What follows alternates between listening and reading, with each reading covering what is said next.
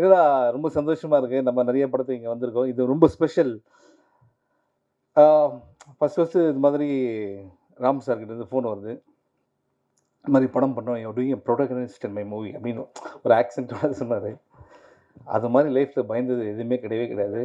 ஸ்கூல்ல ஃபெயில் ஆனதுக்கு கூட பயப்படல. ஐயோ! ராம் சாரோட படமா அப்படின்னோனே, எங்க இருக்கீங்க? ஆஃபீஸ்ல இருக்கேன். வந்துடுறேன் 20 மினிட்ஸ்ல வந்துட்டாரு ஆஃபீஸ்க்கு.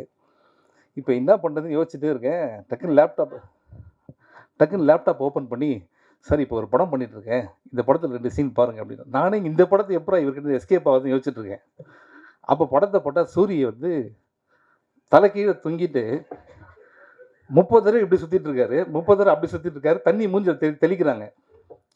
அப்படியே பார்த்துட்டே இருக்கேன். எப்படி சார் இருக்கு? நல்லா இருக்கு. நம்ம படம் எப்படி அப்படின்னு ஆரம்பிச்சாரு. ஐய்யய்யோ! சார் இதெல்லாம் நம்ம டார்ச்சர் அனுபவிக்கவே முடியாது. அதில என்ன பண்ணேன், சார் நம்ம டிஃபன் சாப்பிட்டு பேசுவோமா சார் அப்படின்னு சொல்லிட்டு, I really love you sir. I have lot of respect. நம்ம படம் மட்டும் அப்படின்னோன அப்ப சொன்னாரு, இல்ல இல்ல இது வேற மாரி ஒரு படம். இதுவரைக்கும் நானே பண்ணாத ஒரு படம். நிச்சயமா உங்களுக்கு பிடிக்கும் அப்படின்ட்டு ஒரு ஸ்கிரிப்ட் குடுத்தாரு. அந்த ஸ்கிரிப்ட் பார்த்தீங்கன்னா கொஞ்சம் பெரிய புக்கா இருந்தது. நீங்க படிங்க நான் கூப்பிடுறேன் அப்படின்னாரு. நான் ஒரு நாள் கூட இல்ல. ஒரு 12 ஹவர்ஸ்ல திருப்பி கூப்பிட்டாரு. எப்படி இருந்தது ஸ்கிரிப்ட்ன்னு? சார் ஸ்கிரிப்ட் நல்லா இருக்கு சார். ஆனா அங்கேயே தான் இருக்கு. அ நான் படிச்சு சொல்லிடுறேன் சார் அப்படின்னேன். உடனே திருப்பி ஸ்கிரிப்ட் இன்னொரு 1 வீக்ல ஃபாலோ பண்ணாரு. சார் நாளைக்கு நான் அமெரிக்கா போறேன். ஃப்ளைட்ல படிச்சிடுறேன் சார் அப்படின்னேன். சரி ஃப்ளைட்ல சுத்தமா தொடவே இல்ல இந்த புக்க நானு. அங்க போய் இறங்குனோனே, சார் எப்படி இருந்தது? அப்புறம் சொல்லிட்டேன், சார் உங்கள மாரிலாம் படிக்க மாட்டேன். உங்கள மாரி படிச்சிருந்தா உங்கள மாரி நல்ல அறிவாளியா ஆயிருப்பேனே சார் லைஃப்ல நானு. கொஞ்சம் டைம் குடுங்க சார்ன்னு ஃபுல்லா படிச்சு, ரொம்ப என்ஜாய் பண்ண ஒரு ஸ்கிரிப்ட். திருப்பி வந்ததுக்கப்புறம் ரொம்ப நல்லா இருக்கு சார் அப்படின்னேன். அப்படியே பார்த்தாரு. அதோட இன்னொரு வெர்ஷன் எழுதியிருக்கேன்னு சொல்லிட்டு, அதோட பெரிய புக்கு. ஓகே. இத நாளைக்கு படிச்சு சொல்லுங்க அப்படின்னாரு. சார் நான் அப்படியே கால்ல விழாத குறை சார். புரிஞ்சிருச்சு என்ன படம்ன்னு. தயவுசெய்து இனிமே ஸ்கிரிப்ட் படிக்க வேணாம். நான் வந்துர்றேன் ஷூட்டிங் ஸ்பாட்டுக்கு அப்படின்ட்டு. அப்போ கூட எனக்கு என்னன்னா, இவரு வந்து என்ன ரொம்ப லவ் பண்றாரு அப்படின்ற மாரி தான் நெனச்சிருந்தேன். ஷூட்டிங் ஸ்பாட்டுக்கு போனதுக்கப்புறம் தான் தெரிஞ்சது, என் மேல எவ்வளோ கோவம் இருந்தா இந்த படத்துல என்ன அவரு போட்டிருப்பாரு அப்படின்றது. சார் கோச்சிக்காதீங்க சார். ஸோ இல்ல, இல்ல. என்னன்னா நெறைய விஷயங்கள் இருக்கு. சில படத்துல வந்து நம்ம பேசுறதுக்கு ஒண்ணுமே இருக்காது. இந்த படத்துல பேசுறதுக்கு அவ்வளோ இருக்கு. ஆனா எல்லாத்தையும் நம்ம இங்க பேச வேணாம்னு தோணுது. நெறைய ஃபங்ஷன்ஸ்லாம் வருதுல்ல சார், அதெல்லாம் பேசுறதுக்கு. பட் ஒரே ஒரு சீன் மட்டும் சொல்றேன். ஷூட்டிங் ஸ்பாட்லேருந்து லொகேஷன் வந்து 1 ஹவர். நைட் 2 மணிக்கு ஷூட்டிங் முடியுது. முடிச்ச உடனே அசிஸ்டன்ட் ஓடி வந்து சொல்றாரு, "காலைல 6 மணிக்கு வந்துருங்க சார்" அப்படின்ட்டு. இங்கேருந்து போறதுக்கு 1 ஹவர், வரதுக்கு 1 ஹவர். நான் கேட்குறேன், "ஏம்பா எப்படிப்பா போயிட்டு தூங்கி எழுந்துட்டு வர முடியும்? நமக்கு ஹீரோன்ற ஒரு ஆட்டிட்யூட்ல நானே பேசுறேன் டைரக்டர்கிட்ட." நேரா போய் இவர்கிட்ட கேட்டேன். "சார் என்ன சார் 6 மணிக்கு யார் சார் உங்கள 6 மணிக்கு வர சொன்னது? நீங்க 6:30 வந்தா போதும் சார்" அப்படின்னாரு. அது என்னன்னா, அது நடந்து வரதுக்கு 20 மினிட்ஸ் நான் இவர்கிட்ட பார்க்கறதுக்கு. அப்புறம் கூப்பிட்டு, "என்னண்ணா இது?" சரி ஓகே. அப்படின்னு அவன் திருப்பி அந்த அசிஸ்டண்ட்ட கூப்பிட்டேன். ஏன்னா, அவரும் நான் நான் தங்கியிருக்க ஹோட்டல் பக்கத்துல தான் தங்குறாரு. அவருக்கும் அதே டைம் தான். "இல்ல சார் டைரக்டர் இங்கேயே தூங்கிட்டாரு சார்" அப்படின்னாரு. அப்போ தான் புரிஞ்சுது ஒரு டைரக்டரா அவர் என்னென்ன வேலைலாம் செய்றாரு அப்படின்ட்டு. உண்மையிலே hats off to you sir. இது மாதிரி நான் யாரையுமே பார்த்ததே கிடையவே கிடையாது. அண்ட் அவருக்கு அந்த படம் அவர் எப்படின்னா ஒரு ஜோன்ல இருப்பாரு. படம் உள்ள போயிட்டோம்னு வச்சுக்கோங்களேன், வேற எதுவுமே தெரியவே தெரியாது. ஃபுல்லா அதிலேயே தான் இருப்பாரு. அவர் இருந்தா ஓகே. நம்மளையும் இழுத்துன்னு போறாரேன்றது தான் நமக்கு ரொம்ப அது அது அது அது எல்லாத்தையும் நம்மளும் வந்து ஃபேஸ் பண்ண வேண்டியதா இருக்கும். அண்ட் ராம் சார பத்தி நெறைய விஷயங்கள் சொல்லிட்டே இருக்கணும். நான் எதுவும் மறந்துடக்கூடாதுன்னு நெனைக்கிறேன். சாரி 2 மினிட்ஸ் தான். ஓகே. போர் அடிக்கலல்ல? ஸோ ராட்டர்டாம் ஃபிலிம் ஃபெஸ்டிவல் நம்ம அங்க போறோம். அங்க போன உடனே எனக்கு எதுவுமே தெரியாது. ஏன்னா நம்ம பண்ண படங்கள்லாம் இதுவரைக்கும் ஆஸ்கரே கூப்பிட்டு கூட போகாத ஆர்டிஸ்ட் நாங்க. ஓகேங்களா? ஸோ நம்ம வந்து அங்க போனதுக்கப்புறம் பார்த்தீங்கன்னா, அவர் சொல்றாரு, "சார் இருக்கிறதுலயே பெரிய தியேட்டர் நம்ம குடுத்துருக்காங்க சார். மத்த தியேட்டர்ஸ்லாம் வந்து ஒரு 300, 200 தான் கெப்பாசிட்டி. இது 650 சீட்டர்ஸ் சார் இது" அப்படின்னாரு. சரி ஓகே அப்படின்னோன, அங்க அந்த ஷோ ஆரம்பிச்சது நீங்க நம்ப மாட்டீங்க. அந்த ஃபுல் ஃபெஸ்டிவல்லயே இது மாரி ஹவுஸ்ஃபுல்லான ஒரு ஷோ எதுவுமே கிடையவே கிடையாது. எல்லாருமே வந்துட்டாங்க உள்ள. அண்ட் நீங்க பார்த்துருப்பீங்க. அதுல வர ஒவ்வொருத்தருமே வந்து சினிமா லவ்வர்ஸ் மட்டும் கிடையாது. சினிமால இருக்க டைரக்டர்ஸ், கிரியேட்டர்ஸ் எல்லாமே. அங்க ராம் ஃபிலிம் பை ராம் அப்படின்னு போட்டதுக்கப்புறம் அவங்க குடுத்த ஸ்டாண்டிங் ஓவேஷன்ஸ் இருக்குல்ல, அப்பதான் புரிஞ்சுது. ராம் சார வந்து நம்ம இன்னும் கொண்டாடக்கூடிய ஒரு டைரக்டர். அவர் நம்மளோட அசெட் அவரு. ஓகே. அவர் வந்து நம்ம இப்படியே விட்டுறக்கூடாது அவர. Okay. Sir you are our asset. ஓகேங்களா? இதெல்லாம் எதுக்கு சொல்றேன்னா, ஒவ்வொரு தடவையும் ஆஃபீஸ்க்கு வந்துட்டு, இந்த படம் ஆரம்பிச்சதுக்கப்புறம், திருப்பி போம்போது இந்த படம் கதை இல்லாம 5 புது புது கதை சொல்லிட்டு போவாரு. ஓகே. அப்படியே ஒரு 50 கதை என்கிட்டயே சொல்லியிருக்காரு. சார் அது எல்லாமே ஃபியூச்சர்ல நம்ம பிளான் பண்றோம்.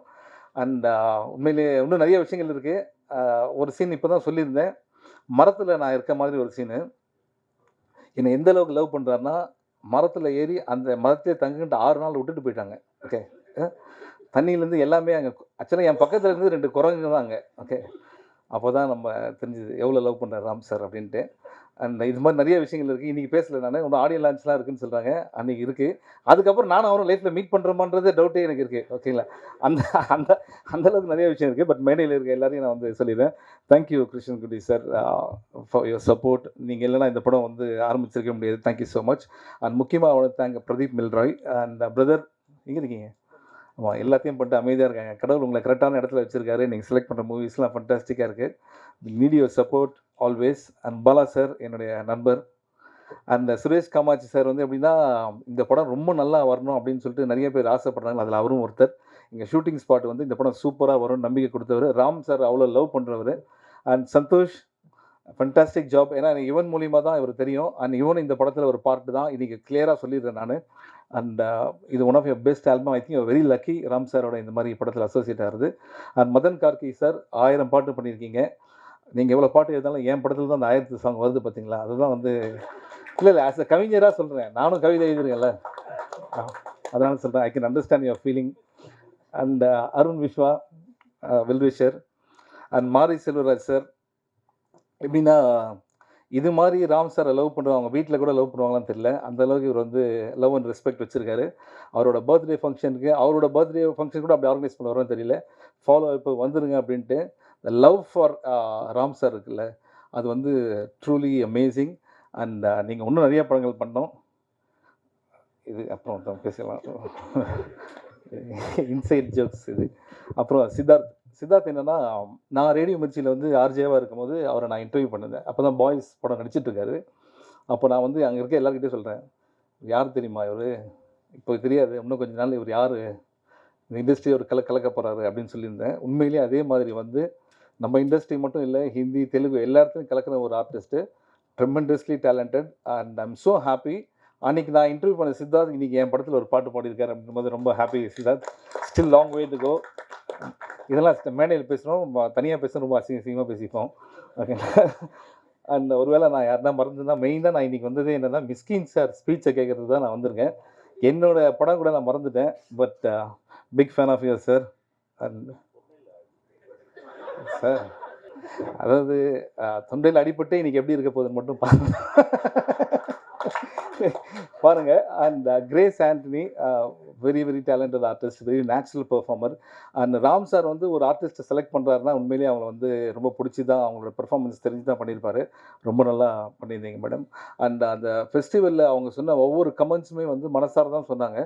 அந்த ராம் சார் ஏன் எல்லாருக்கும் பிடிச்ச ஒரு டைரக்டர் அப்படின்னா, அவர் வந்து ஹியூமன் எமோஷன்ஸ் வந்து ஈஸியாக வந்து ஸ்க்ரீனில் ட்ரான்ஸ்லேட் பண்ணுவார். இந்த படத்தில் வந்து இட்ஸ் ஆல் அபவுட் அப்பா அண்ட் மகன். ஓகே. இந்த படம் கோயம்புத்தூரில் ஷூட்டிங் நடந்தது.